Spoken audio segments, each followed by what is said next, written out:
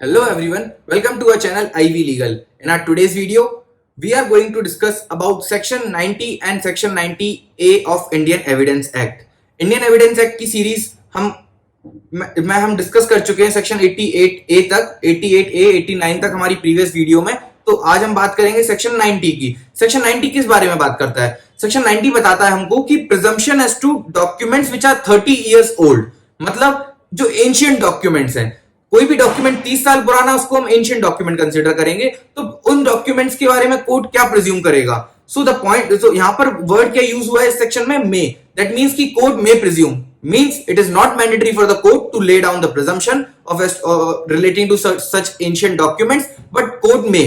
तो यहां पर शुरुआत करते हैं सेक्शन की। सेक्शन ये बताता है कि where any documents which is proved to be 30 years old, कोई भी डॉक्यूमेंट जो प्रूव हो चुका है कि वो 30 साल पुराना है, और उसके बाद if that document is produced before the court and that is produced from a custody which is considered in the eyes of law, in the eyes of court as a proper custody।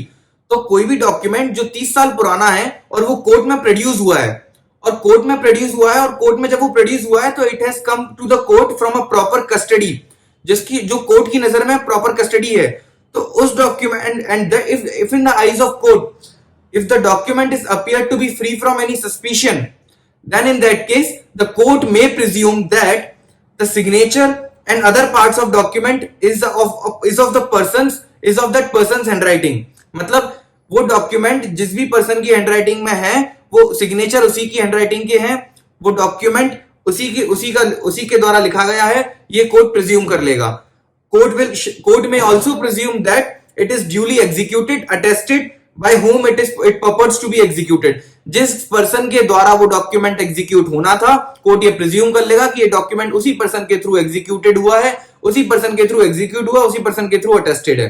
तो basically सीधी सी बात यह है कि अगर 30 साल पुराना कोई document court में आप प्रोड्यूस कर रहे हो, और अगर कोर्ट को ये लगता है कि हाँ ये डॉक्यूमेंट प्रॉपर कस्टडी से आया है और इस डॉक्यूमेंट को देखकर कोई सस्पिशन रेज नहीं हो रहा, तो कोर्ट प्रिज्यूम कर लेगा कि हाँ ये जिस पर्सन की हैंडराइटिंग का में है उसका ये ड्यूली सिग्नेचर है, और ये डॉक्यूमेंट ड्यूली अटेस्टेड है और एग्जीक्यूटेड है by the person who purports to have executed.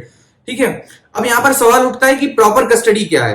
तो प्रॉपर कस्टडी को इस सेक्शन के एक्सप्लेनेशन में समझाया गया है, जहां पर ये बताया कि proper custody means a place where document would normally be kept. कोई डॉक्यूमेंट जिस जगह पर रखा जाएगा, सपोज कोई लॉकर है या कोई भी ऐसी जगह है जहां पर वो document in normal course of period उसको वहीं रखा रहना होता है। तो अगर उस जगह से उठकर अगर डॉक्यूमेंट कोर्ट में प्रोड्यूस हुआ है तो that is considered as proper custody. Second है was under the care of person whom it would be under in normal circumstances। वो उस पर्सन की केयर में है जिसकी केयर में इन नॉर्मल सर्कमस्टेंसेस वो डॉक्यूमेंट होना चाहिए। जैसे कि अगर सेल डीड है तो सेल डीड जिसने बेचा है जिसके पोजीशन में होगा, और जिसने खरीदा है उसके पोजीशन में होगी डीड। ठीक है। तो डॉक्यूमेंट यहाँ पर कोई प्रॉपर्टी आपने खरीदी है तो रजिस्ट्री की कॉपी होती है, जो रजिस्ट्री कॉपी ओरिजिनल वो बायर के हाथ में होती है। तो अगर वहां से उसकी कस्टडी से अगर प्रोड्यूस हो रहा है डॉक्यूमेंट, तो that is considered proper custody, क्योंकि उसकी केयर में है। वो नॉर्मली एक बायर की कस्टडी में ही होगा, एक प्रॉपर्टी की परचेज का रजिस्ट्री डॉक्यूमेंट। ठीक है। तो ये हो गया सेकंड चीज। तीसरी चीज बताइए कि any custody which is proved to be legitimate.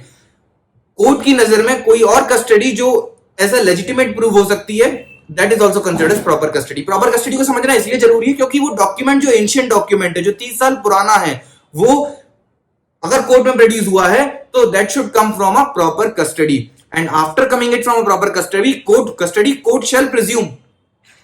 Court में presume that the document is duly attested, duly signed and duly executed by the party from whom it purports to be executed, by whom it purports to be executed।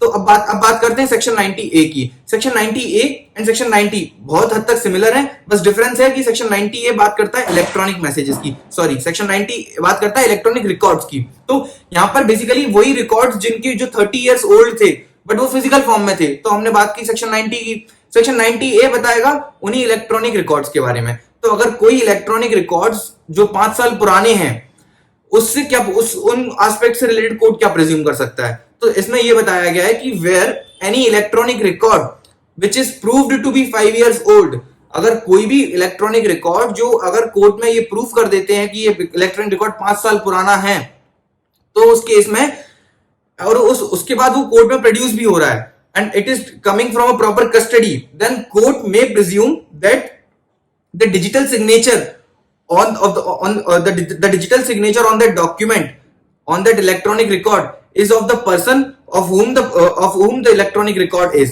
तो जिस भी person जो person purport कर रहा है, जो claim कर रहा है कि उसका सिग्नेचर होना चाहिए, उसका सिग्नेचर है इस डॉक्यूमेंट में, कोर्ट ये प्रिज्यूम कर लेगा कि ये डिजिटल सिग्नेचर आपका ही है. ठीक है.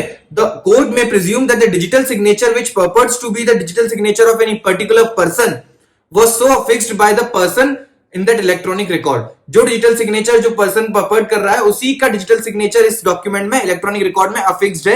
ये अफिक्स्ड का ये डिजिटल सिग्नेचर का अफिक्सेशन का प्रिजम्पशन कोर्ट ले लेगा. कोर्ट में presume that the said electronic record is affixed by the digital signature of the person who claims that the said electronic record is of that person. तो वो उस person के digital signature का अफिक्सेशन को court presume कर सकता है अगर ये डॉक्यूमेंट प्रॉपर कस्टडी से आया और अगर ये डॉक्यूमेंट 5 साल पुराना है. कौन सा? Electronic record. So that was all about section 90A. आज हमने बात करी सेक्शन 90 और 90A की.